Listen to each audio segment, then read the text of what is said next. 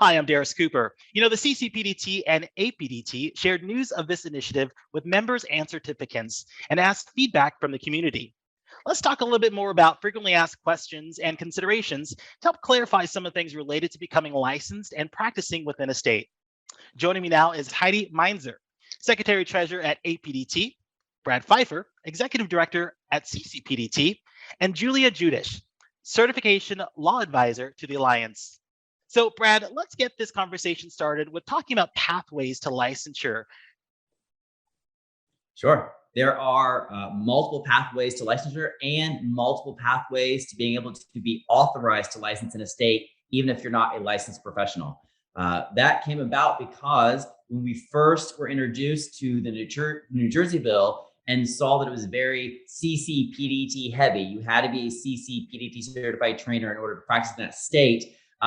We really felt like there were a lot of pathways in our industry where people have gained their education, gained their knowledge, gained their certification. And we wanted to make sure that everyone had the opportunity to gain a credential from an organization that they felt that related to them, maybe their practices, but also maintain minimum standards across the board so that you couldn't really certification shop, right? You don't want to go to one certification and be expected to hold yourself accountable at one level, and then you can go to another certification and not be held accountable to that same level. Right? When you think about our industry, we certainly have quite a few certifying bodies out there, right? So, Heidi, this question is for you. Are there differences for current trainers versus new trainers, and are there any exemptions? Ultimately, if you get licensed, everybody will be at the same level. But if you are a new trainer, you're just starting out, you can begin with a provisional license. So you'll just need somebody who is licensed to take you under their wings and ultimately be responsible for you. But under the model legislation, there is definitely room for a new trainer or even a trainer who's been out there for a really long time but just didn't have a certification yet. We didn't want to exclude those folks. We want to bring them in. So the provisional license is the, I guess, the biggest way to make sure we bring those folks in. As far as exemptions and other pieces, I'm going to turn it over to Julia because she is really the go-to person on this question. Sure. And before I get to the other pathways than licensure, in addition to the provisional permit, I wanted to touch on that the provisional permit can be a pathway as you are gaining your certification and seeking licensure yourself.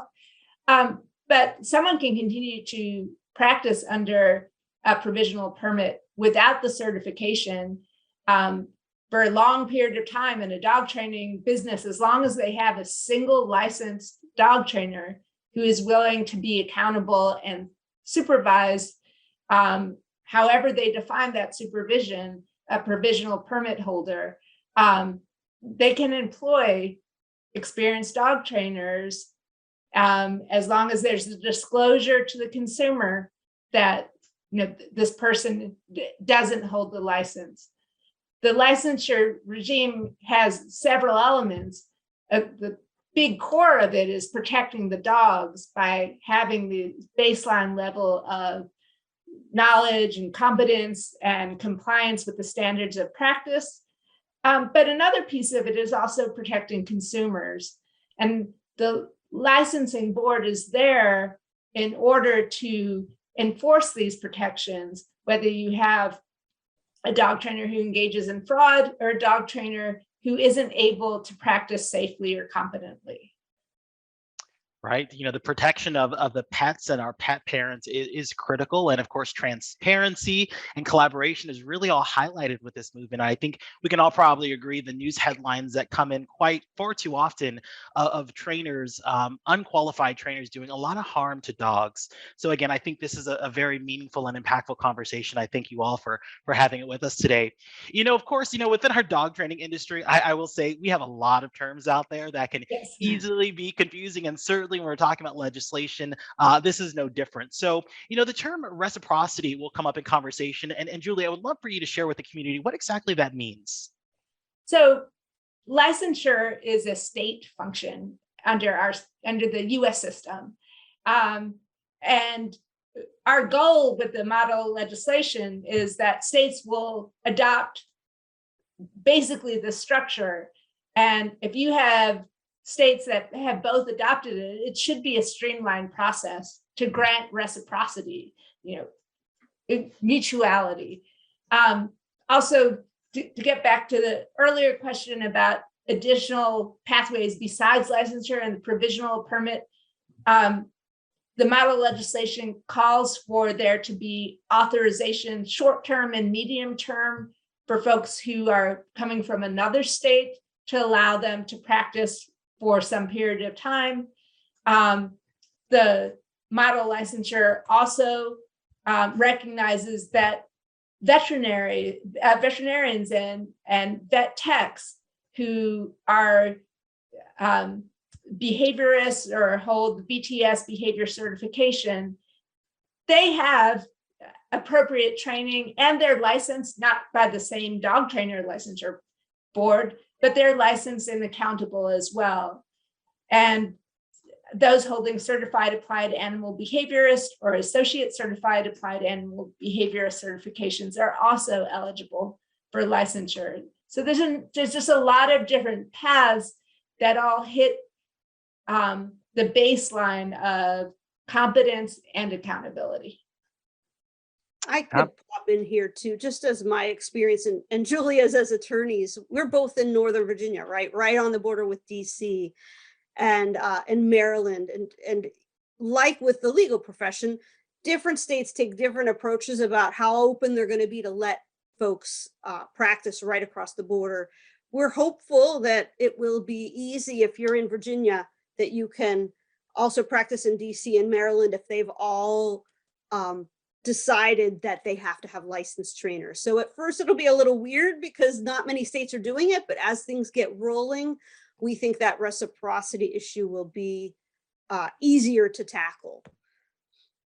Right. In each state that this will take place, there are going to be learnings that come from it, right? So that's going to be another great part of this. Again, this conversation is evolving, and I appreciate our panel here today. So one thing we've certainly learned in the last couple of years is that we can do a lot of things virtually, and dog training certainly is one of them. So Julia, are there any provisions for remote or virtual training and state-to-state training? Yes.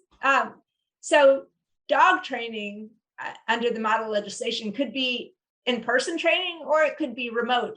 And if you have license or otherwise have authorization from a state to be a professional dog trainer and offer your services, you can offer it in any modality you want. The only issue that would arise is if you're providing remote training to a consumer, to a dog in a different state that has its own licensure requirements and hasn't yet adopted reciprocity with your state. But that's the situation with any profession, that if you're doing business in a different state that regulates it, you're going to have to meet those requirements. The model legislation does include these windows of sort of short-term and medium-term practice where out-of-state practitioners can practice without having to jump through the bureaucratic hoops of getting a permit or a license as well. Right. So a follow-up question for you. When we think about this piece of the legislation, which situations are not covered? So dog training is defined as providing services for a fee or other financial compensation. So certainly if your neighbor or your friend wants you to train their dog, or you want to train your own dog, that's not covered if you're not charging anything. And it doesn't cover the kind of instruction to dogs that may happen on an incidental basis, ancillary to other services. So dog grooming or dog walking, there may be some instruction or training for of the animals in the care of the dog groomer or the dog walker, but that's not primarily what they're holding themselves out as doing as their business. There are some exceptions for training of dogs by active military service members in connection with their military service roles, active law enforcement in connection with canine training, or there are dog training programs that happen in penal institutions as part of a program for people who are incarcerated there. That's oversight that is already governmental. And it's up to those organizations whether to require a license or not. But the model legislation, it's beyond the scope of this legislation. Got it. Thank you very much for that. So, I think the million-dollar question that probably thousands of trainers across the country probably have in their mind when we're talking about legislations and licensure, how much is this going to cost the average dog trainer? I'll tackle this one. There are places in the model legislation with brackets because each state is going to weigh in on this. And this is one of those places where there's a bracket. We can say we're going to push as hard as we can to keep those costs as low as we possibly can, but we did not put a specific number in there yet. But we don't anticipate that it's going to be such a huge number that it's going to bump people out of the market. We are going to keep it as low as we possibly can to be fair to our folks, but there will be some cost to it.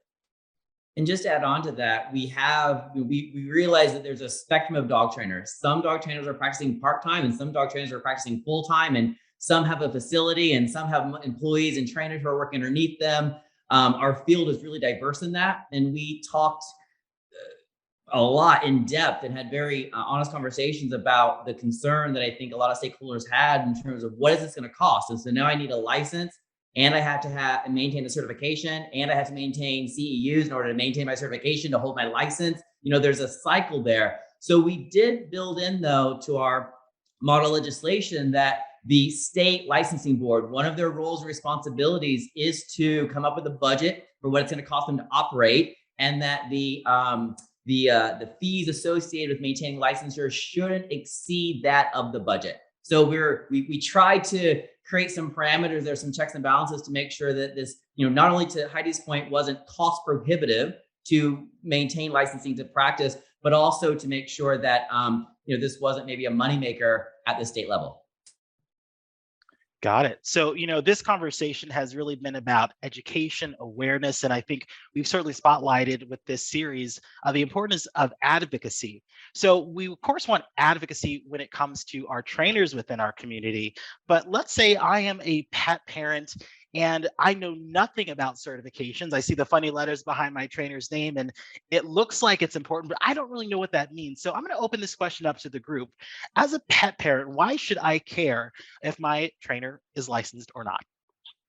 I think part of the impetus behind the New Jersey bill in 2018 that first led CCPDT down this path are the headlines about the horrible things that can happen when there are unqualified trainers, animal deaths, traumatizing. And certainly part of the goal of this is to respond to those concerns. We did a review of some of these cases, and we couldn't find any of the cases in which any of the trainers held certification. So there are laws that would provide consequences if someone commits animal cruelty, but it's best not to have that dog die in the first place, right? And so licensure is a way of preventing the horribles. It's also a way of ensuring that baseline of skill and competence. So not a trainer who's going to kill your dog, but perhaps not teach them in a way that achieves your goals and that is best for the animal. And I think Brad and Heidi can speak to that better than I can. Go ahead, Heidi. Right. These minimal standards talk about the code of ethics and standards of practice that are a floor that most trainers out there are already well beyond the floor, quite frankly, and doing just a great job. but you do need to sift out those who don't have the competence or the knowledge or the skill, and have that floor there so that the consumer is protected and the animals are protected. It's a matter of, as Julia said, potential abuse, potential fraud, or just somebody who's well intentioned but just doesn't know any better. It's a free for all right now, and we want to stop that. Well, I think to that point, having no legal requirements to operate as a dog trainer, and we say that most people are above the floor. We said earlier that a lot of people are already following best practices. They're gaining certification. They're following a standards of practice. But what we don't have now through our voluntary certification process that we will have with licensing requirements is the legal enforceability of the standards. Right now, one organization may hold a member or certificant accountable to a standards of practice and say you can't, either you need to, there's some sort of disciplinary action or suspension or revocation of membership or revocation of certification. And that individual can still go to another organization potentially, or just simply continue practicing as a dog trainer without certification or without membership in a trade organization. And they're still out there potentially making the same mistakes, do the same harm.